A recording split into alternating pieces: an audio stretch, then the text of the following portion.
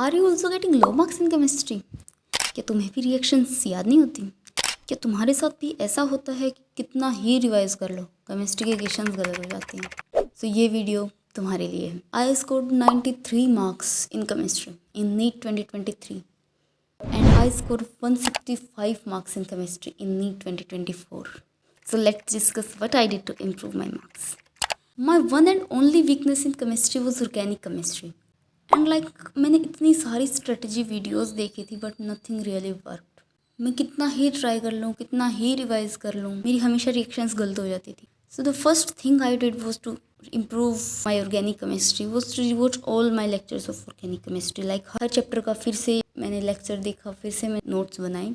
11th-12th के notes थे मेरे पास but I decided to make them new. लेकिन इस बार मैंने लॉन्ग फॉर्म में नोट्स नहीं बनाए थे। I compiled my whole organic chemistry in just 15 pages. Yes, you hear that right, in 15 pages and whole organic chemistry, and that helped me a lot. शायद उन notes की वजह से ना ऑर्गेनिक केमिस्ट्री में मेरा बहुत ज़्यादा इम्प्रूवमेंट हुआ था।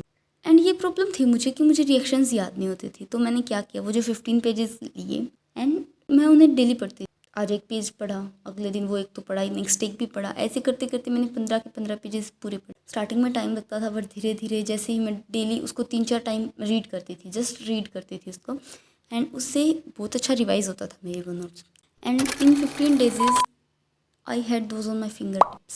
सारी रिएक्शंस ऑर्गेनिक केमिस्ट्री मेरी फिंगर टिप्स पे थी। बट आई डिडंट स्टॉप अब मुझे याद हो गया, अब मैं नहीं करूँगी, वैसा नहीं किया मैंने। I use to daily revise those notes.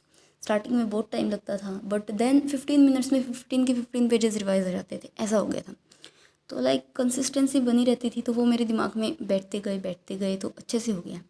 Second thing for organic was NCERT obviously. NCERT you just can't neglect NCERT for organic. मैंने सिर्फ 2 चीज़ें की थी केमिस्ट्री के लिए। मेरे नोट्स थे वो जो 15 पेजेस के थे, लॉन्ग फॉर्म मैंने यूज़ ही नहीं की मेरे ड्रॉप ईयर में।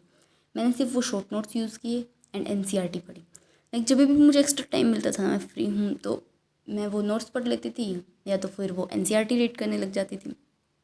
एंड उन्होंने मेरी इतनी हेल्प की ना। एंड क्वेश्चन प्रैक्टिस के लिए मैं जस्ट PYQ करती थी या फिर DPP कर लेती थी, और मेरे पास कोई बुक नहीं थी एक्स्ट्रा क्वेश्चन प्रैक्टिस के लिए, या फिर एक्स्ट्रा क्वेश्चंस कहीं से नहीं लगाती थी। मैं सिर्फ यही करती थी, या फिर जो लेक्चर में सर ने क्वेश्चंस कराए हैं वो क्वेश्चन करती थी मैं ऑर्गेनिक के लिए। बस कंसिस्टेंसी से रिवाइज करते रहो शॉर्ट नोट्स को एंड NCERT को।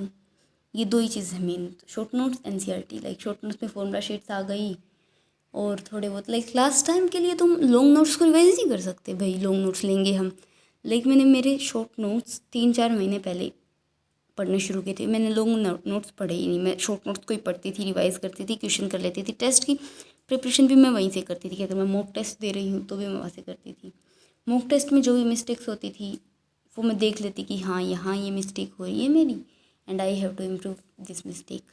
सो that help me for chemistry. अगर मैं केमिस्ट्री में अच्छे मार्क्स ला सकती हूँ ना, तो कोई भी ला सकता है, कोई भी।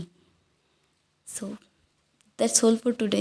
If you want all my short notes, then please let me know in comments. Till then, okay, bye.